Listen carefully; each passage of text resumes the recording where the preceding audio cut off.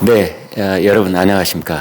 우리가 흔히 우스갯소리로 기가 막히고 코가 막힌다 이런 말 하잖아요. 선거관리위원회 그 고위직에 있는 사람들이 자기 자녀를 특혜 채용한 그런 의혹이 지금 줄줄이 이어지고 있는데, 이 사람들에 관한 새로운 진실이 밝혀지면 밝혀질수록 정말 기가 막히고 코가 막히고 공정한 경쟁을 바랬던 젊은이들은 억장이 무너지는 그런 소식들이 전해지고 있습니다.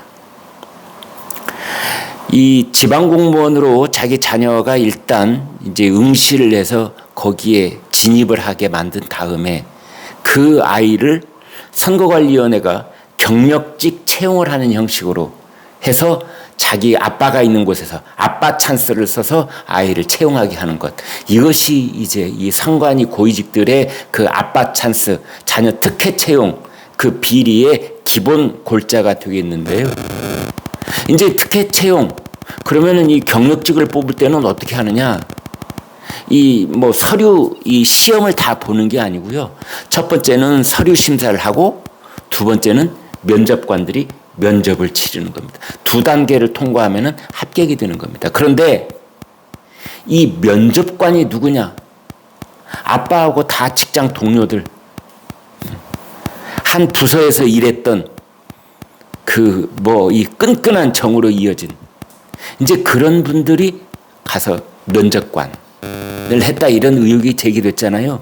그러면 그때 면접을 해서 이제 경력직을 채용했던 그 근거가 서류가 다 선거관리위원회는 남아 있는데, 이것을 조선일보가 그 특혜 채용 의혹이 있는 세 사람의 자녀의 그 면접관 시험 답안을 조사를 다 했더니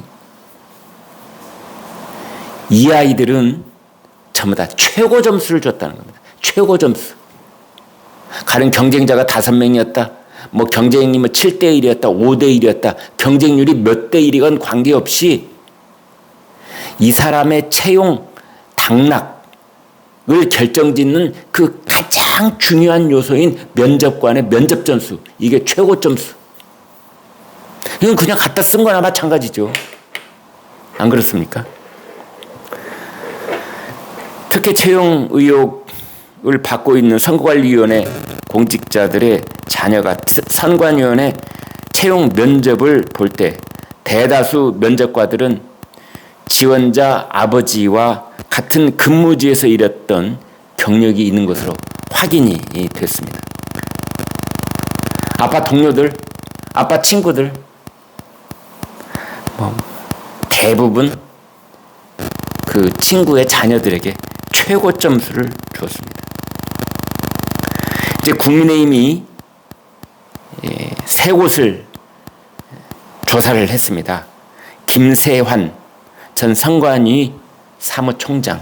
사무총장은요, 거의 바지사장 비슷한 대법관이 중앙선거관리위원회 위원장, 또 각 지역별로도 가령 지역선거관리위원회가 있는데 거기에도 이제 판사들이 다 나가 있지 않습니까? 그래서 이런 위원장들은 비상근입니다. 특별한 일이 있을 때만 한번 잠깐 얼굴을 비치는 바지사장, 글쎄요 정확한 표현, 어울리는 표현일지는 모르겠으나 바지사장인 거고요. 그래서 이 상근, 늘 공무원인 이 사람들이 쥐락펴락하는 겁니다. 그래서 중앙선거관리위원회 사실상 1인자가 누구냐면 사무총장입니다. 김세환 사무총장, 지금은 관뒀습니다. 제주선거관리위원회 신우용 상임위원, 경남선거관리위원회 총무과장 A씨, 이 세 사람 케이스를 국민의힘이 조사를 해봤더니 이 사람들의 자녀가 선거관리위원회에 채용이 될 때 면접관이 7명씩이었다는 겁니다. 7명씩이나 면접관을 둔 것은 우리는 이렇게 객관적으로 투명하게 일을 처리한다, 이런 이제 외형적인 모습을 갖추려고 그렇게 했겠죠. 그래서 그 내용을 들여다봤더니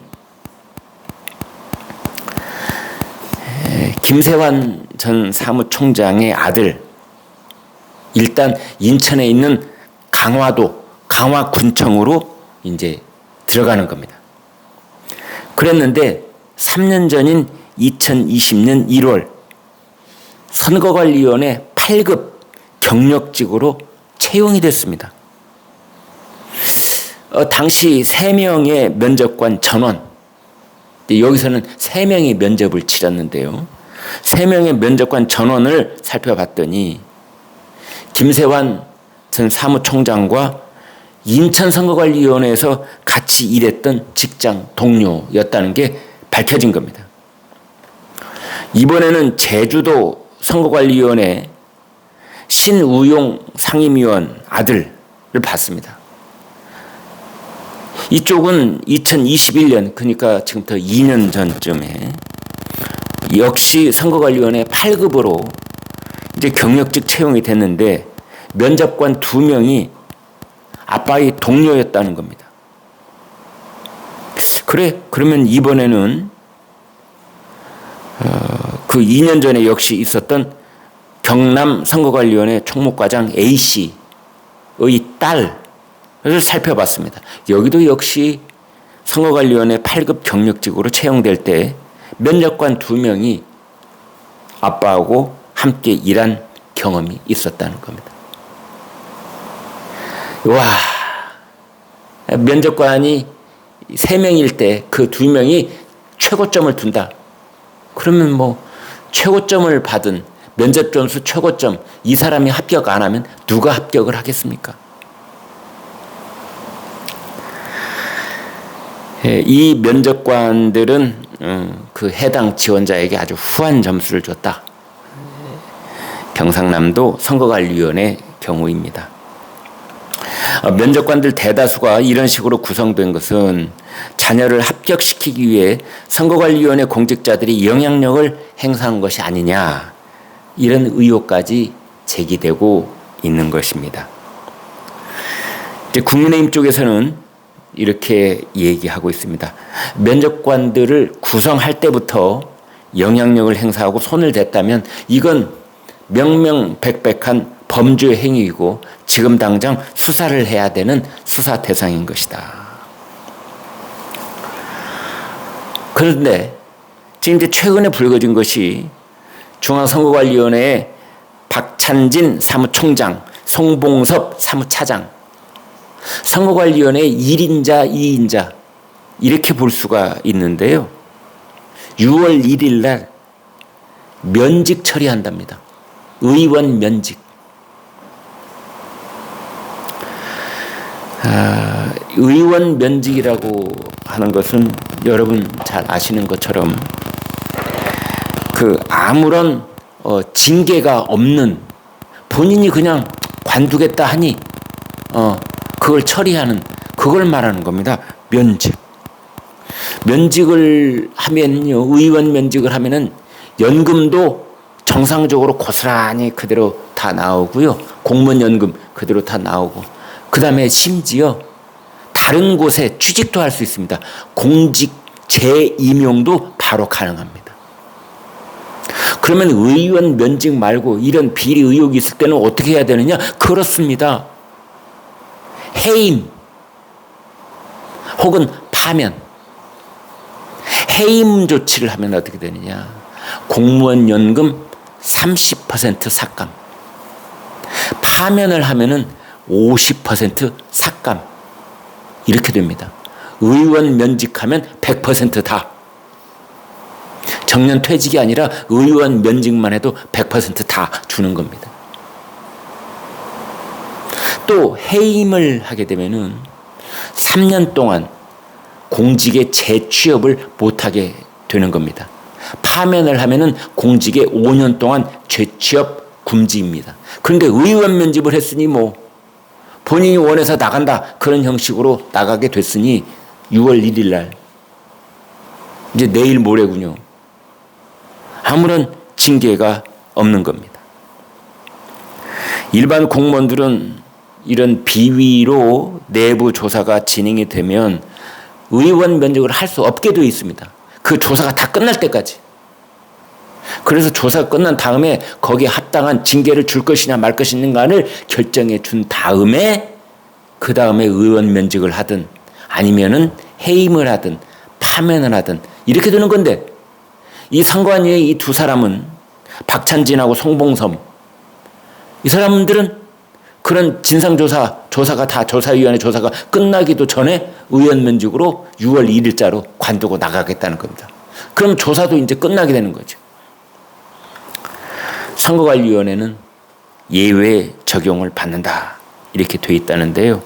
이런 걸 보면은 더불어민주당의 김남국하고 어쩌면 그렇게 닮았느냐 이런 얘기가 나오고 있는 겁니다. 김남국 역시 탈당을 해버렸잖아요. 탈당을 하면은 더불어민주당이 하고 있는 여러 가지 진상조사라든지 뭐 감찰이라든지 그러니까 그냥 수독돼 버리는 겁니다. 아, 당원도 아닌데 더 이상 조사해서 뭐 합니까? 국회에 윤리특별위원회 뭐 제소를 했다. 이제 이걸 선전하고 있는데요. 윤리위원회 제도가 국회 윤리위원회 제도가 지금부터 30년 전에 만들어졌습니다. 32년 전에 1991년도에 만들어졌는데요. 그 이후로 국회의원들을 제명한 것은 단 한 번도 없습니다. 이번 21대 국회 들어와서 지금부터 3년 전에 21대 국회 들어와서 윤리위원회가 7번 열렸습니다. 회의가. 그런데 징계 절차를 논의한 회의는 없고요. 대부분 새로운 위원을 선임하는 이번에 저희 윤리위원회에 홍길동 의원을 새로 모셨습니다. 박수로 환영합시다. 이런 것만 7번을 했습니다. 그런 것만 7번을 했습니다. 김남국은 믿는 구석이 다 있는 겁니다. 이재명의 최측근이라는 것. 그 다음에 강성지창들, 이 개딸들의 엄호를 받고 있다는 것. 그리고 개딸들은 내년 총선 공천에 막대한 영향력을 행사하고 있다는 것. 그러니 그 어떤 국회의원 동료들이 김남국을 본격적으로 비판할 수 있겠습니까? 잠적 9일 만에 지난 연휴가 시작되기 전에 안산시에 있는 자기 집으로 돌아온 자기 마음대로 잠적도 하고 자기 마음대로 돌아오기도 하는 김남국 때문에 전 국민이 피곤해 있는데 이번에 중앙선거관리위원회 그다음에 지방선거관리위원회 여기에 그 압박 찬스를 쓴 그 면접관들의 행태를 보고 이 사람들이 결국은 아무런 징계도 받지 않고 그냥 의원 면직 퇴직 처리가 되는 것을 보고 또 김남국을 떠올리게 됩니다. 네, 구독, 좋아요 부탁드립니다. 여러분 고맙습니다.